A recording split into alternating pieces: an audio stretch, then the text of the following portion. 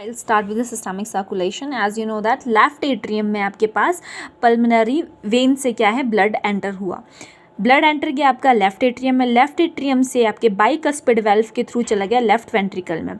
जब आपका blood left ventricle में गया वहाँ से उसने क्या है वेंट्रिकल्स क्या हुई सिस्टोल हुआ, कॉन्ट्रैक्शन हुई, वहाँ से पल्मोनरी एयोटिक वेल्व में क्या है ब्लड एंटर हुआ। जब एयोटिक वेल्व में ब्लड एंटर हुआ the large arc of aorta में ब्लड एंटर हुआ।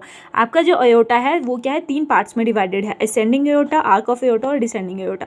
असेंडिंग एयोटा क्या है जो very starting point of aorta आपका जो है असेंडिंग एयोटा बोलते हैं, जहाँ से आपके 2 पार्ट्स में जो है वहाँ से 2 ब्रांचेस निकलती है।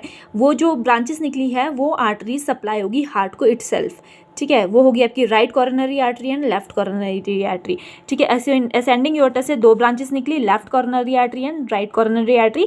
सेकंड है आर्क ऑफ एयोटा, ठीक है। जो आर्क ऑफ एयोटा है you have seen the shape of arc, ठीक है। जो आर्क दिखता है वहाँ से क्या है आपके पास ब्रांचेस निकली, ठीक है। जो आपकी फर्स्ट ब्रांच थी वो निकली ब्रेकियोसिफेलिक आर्टरी, उसे आप ब्रेकियोसिफेलिक आर्टरी बोलते हो, जो आगे जाके 2 पार्ट्स में डिवाइड हो जाती है, राइट सबक्लेवियन आर्टरी में और राइट कैरोटिड आर्टरी में। सेकंड जो आपने देखा होगा कि 3 की शेप होती है आपकी, जो आर्क ऑफ एयोटा होता है वहाँ पे 3 वेसल्स दिखती हैं आपको निकली हुई। एक होती है उसमें ब्रेकियोसिफेलिक आर्टरी, एक होती है left carotid artery and left subclavian artery.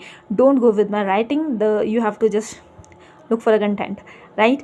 तो right subclavian artery and brachiocephalic artery की बनी राइट सबक्लेवियन और राइट कैरोटिड आर्टरी। जो आपकी मेजर सेकंड निकली थी वो थी left carotid artery and third निकली थी लेफ्ट सबक्लेवियन आर्टरी। फिर उसके बाद पार्ट आया अयोटा का डिसेंडिंग अयोटा। डिसेंडिंग अयोटा मतलब जहाँ से डिसेंड हो रहा है उसका पार्ट था, वहाँ पे वो डिवाइड होगी थोरेसिक आर्टरी, मतलब जो लोअर बॉडी पार्ट के लिए सप्लाई होगी, ठीक है। वो होगी आपकी थोरेसिक आर्टरी। थोरेसिक आर्टरी जो आपकी, उसके बाद एब्डोमिनल आर्टरी, उसके बाद अयोटा, उसके बाद होगी left iliac artery and right iliac artery. उसके बाद ये क्या है जो आपकी लेफ्ट इलियक आर्टरी होती है वो कंटिन्यू होती है as a femoral artery, popliteal artery, tibial artery, dorsalis pedis artery, ठीक है।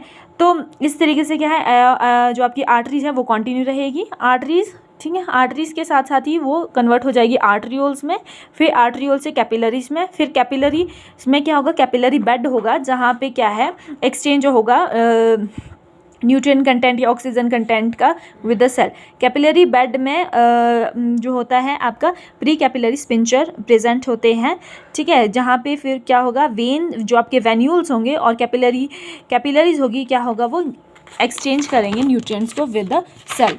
उसके बाद वेन्यूल्स क्या है कंटेन करेंगे डीऑक्सीजनेटेड कंटेंट है जो भी उसका एक्सक्रीटेड है सेल्स का। उसके बाद वो वेन्स में जाएंगे, ठीक है। फिर जो आपकी लार्जर वेन्स होगी उनको क्या है ऐड हो जाएगी उसके साथ ही, ठीक है, उसमें कन्वर्ट हो जाएगी। उसके बाद सुपीरियर वेना कावा आएगी अपर बॉडी से and inferior vena cava from a lower body below a diaphragm.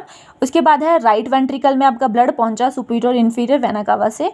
उसके बाद लेफ्ट वेंट्रिकल में, उसके बाद है पल्मोनरी वेल्व एंड फिर वो चला गया पल्मोनरी सर्कुलेशन के लिए।